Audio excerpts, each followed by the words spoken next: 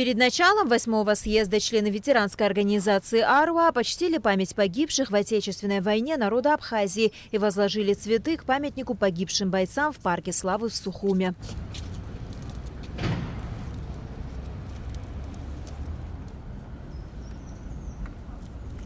В повестку дня съезда вошел основной доклад председателя АРУА Ильи Гуния. Как подчеркнул депутат парламента, АРУА – это прежде всего общественная организация, главной целью которой является объединение ветеранов войны, забота об их физическом и моральном здоровье, помощь в трудоустройстве и патриотическое воспитание подрастающего поколения. Гуния также отметил, что АРУА – это организация для всех ветеранов, вне зависимости от их политических взглядов и предпочтений. Говоря о предстоящих выборах, Илья Гуния отметил необходимость политических и иных реформ, направленных на укрепление государственности Абхазии. Необходимо навести правопорядок, реформировать политическую систему путем перераспределения полномочий между ветвями власти. Необходимы реформы, направленные на облегчение положения предпринимателей, создание гарантий защиты инвестициям и малому бизнесу. Нынешняя налоговая система носит явно однобокий фискальный характер. И несмотря на это, государство так и не смогло обеспечить выплату этих налогов. Значит, положение нужно менять. Следует обеспечить прозрачность, создать условия для здоровой, равноправной конкуренции в политике и экономике. Кто бы ни пришел к власти, перед ним будет стоять эта повестка дня.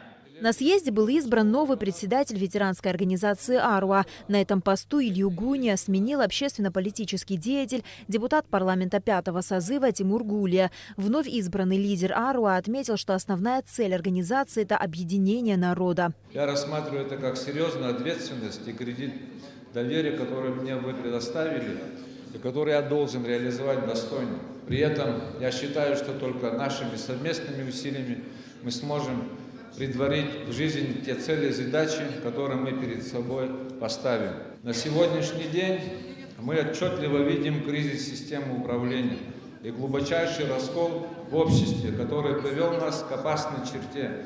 Нам необходимо, как общественная организация ветеранов Отечественной войны народа Абхазии, учитывая вышесказанное, выработать свою позицию в отношении тех вызовов и угроз, которые стоят перед нашим государством. В ходе съезда также были внесены изменения в устав организации. За новый состав Высшего совета проголосовали единогласно. Таким образом, состав расширился с 39 до 43 человек. Единогласно была принята и резолюция организации. В связи с решением ЦИК от 13 января 2020 года о назначении новых выборов президента Абхазии, призываем всех граждан Абхазии принять участие в выборах президента страны ради сохранения нашего государства. Именно сохранение государства, ради которого отдано тысячи жизней наших братьев и сестер, делает нас ответственными за судьбу страны и народа.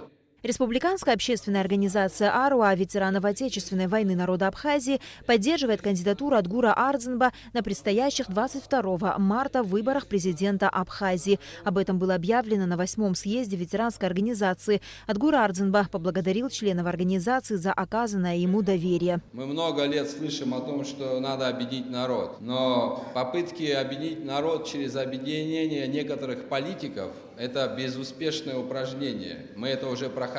У политиков не заканчиваются амбиции. Нужно объединять простых людей, и объединение надо начинать с ветеранов.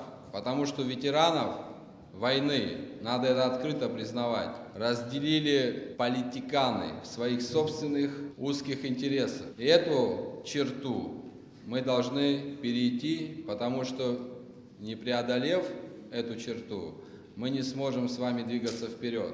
Сейчас новое время, и это время дает нам новые вызовы, на которые мы сможем ответить только единством всего многонационального народа Абхазии.